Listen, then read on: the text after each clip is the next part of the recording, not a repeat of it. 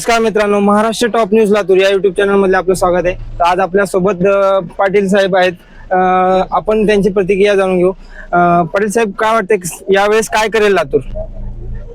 कसं आहे की आता आपण बघतोय की संपूर्ण महाराष्ट्रामध्ये महापालिकेच्या निवडणुका उद्याच्या 15 तारखेला होणार आहेत आणि 16 तारखेला याचा निकाल लागणार आहे.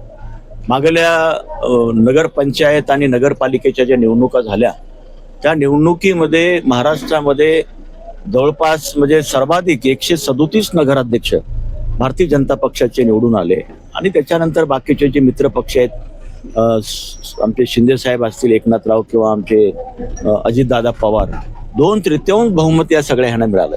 आणि त्यापेक्षा सुद्धा जास्त आता ज्या पद्धतीनं आपण बघितलं असेल की लातूर जिल्ह्यामध्ये त्या झालेल्या मागल्या निवडणुकीमध्ये एकही जागा काँग्रेस पक्षाला मिळाली.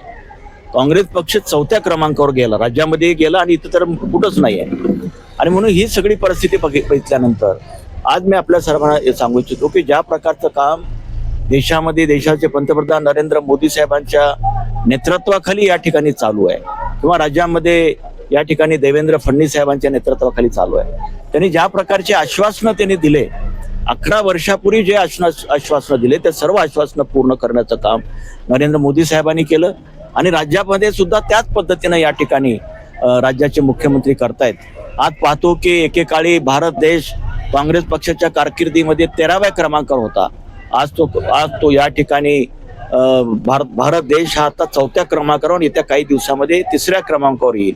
ही जी परिस्थिती निर्माण झालेली आहे, केवळ प्रामाणिकता, व्हिजन आणि आत्मविश्वासानं जे काम करतायत, सर्व जाती धर्माच्या लोकांना घेऊन या ठिकाणी काम करतायत.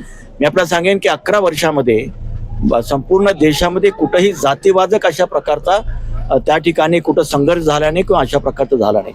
मग ते मुस्लिम असतील, दलित असतील किंवा सर्व पक्षाच्या लोकांना, जाती धर्माच्या लोकांना घेऊन जाण्याचं काम त्या निमित्तानं करतायत. आणि त्याच पद्धतीनं आज बघतो की लातूर त्या बाबतीमध्ये प्रामुख्यानं या ठिकाणी 8.5 वर्ष मुख्यमंत्री आणि जवळपास 25 वर्ष मंत्री असताना सुद्धा लातूरला 8 दिवसाला पिण्याचं पाणी येतंय. त्या पद्धतीने पाण्याची व्यवस्था, मी त्यावेळेस आमदार म्हणून मला लोकांनी निवडून दिलं, त्या काळामध्ये पाईपलाईन आणून लातूरला पाणी देण्याचं काम केलं होतं. पण त्याच्यानंतर लातूरला पाणी आलं नाही. लातूरचं या ठिकाणी MIDC मध्ये आज आपण बघतो की एकही उद्योग या ठिकाणच्या मुख्यमंत्र्याच्या काळात आलं नाही.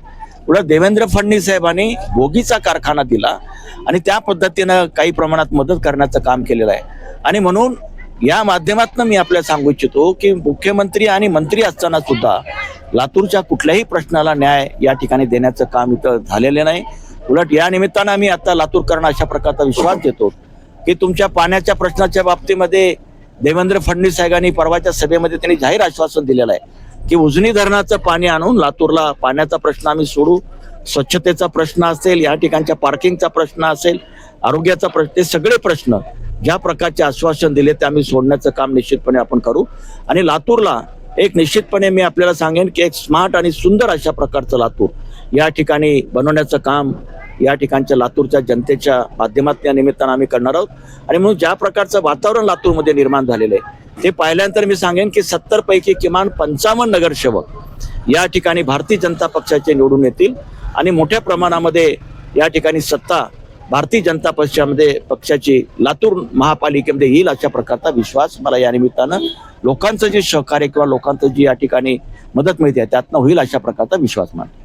जसं की साहेब, काही वर्षांपूर्वी म्हणलं जायचं की लातूर हा काँग्रेसचा बालेकिल्ला आहे, पण मागच्या विधानसभा निवडणुकीपासून हे सूत्र थोडं बदलताना दिसते. अक्षरशः मागचा सामना आपण थोडक्यावर हुकलो.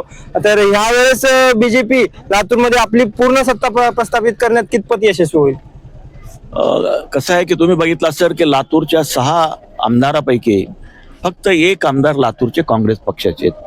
ते काही या ठिकाणच्या चुकामुळे त्या ठिकाणी झालं, परंतु दुसरा आमदार इथं काँग्रेसचा कुणी आला नाही.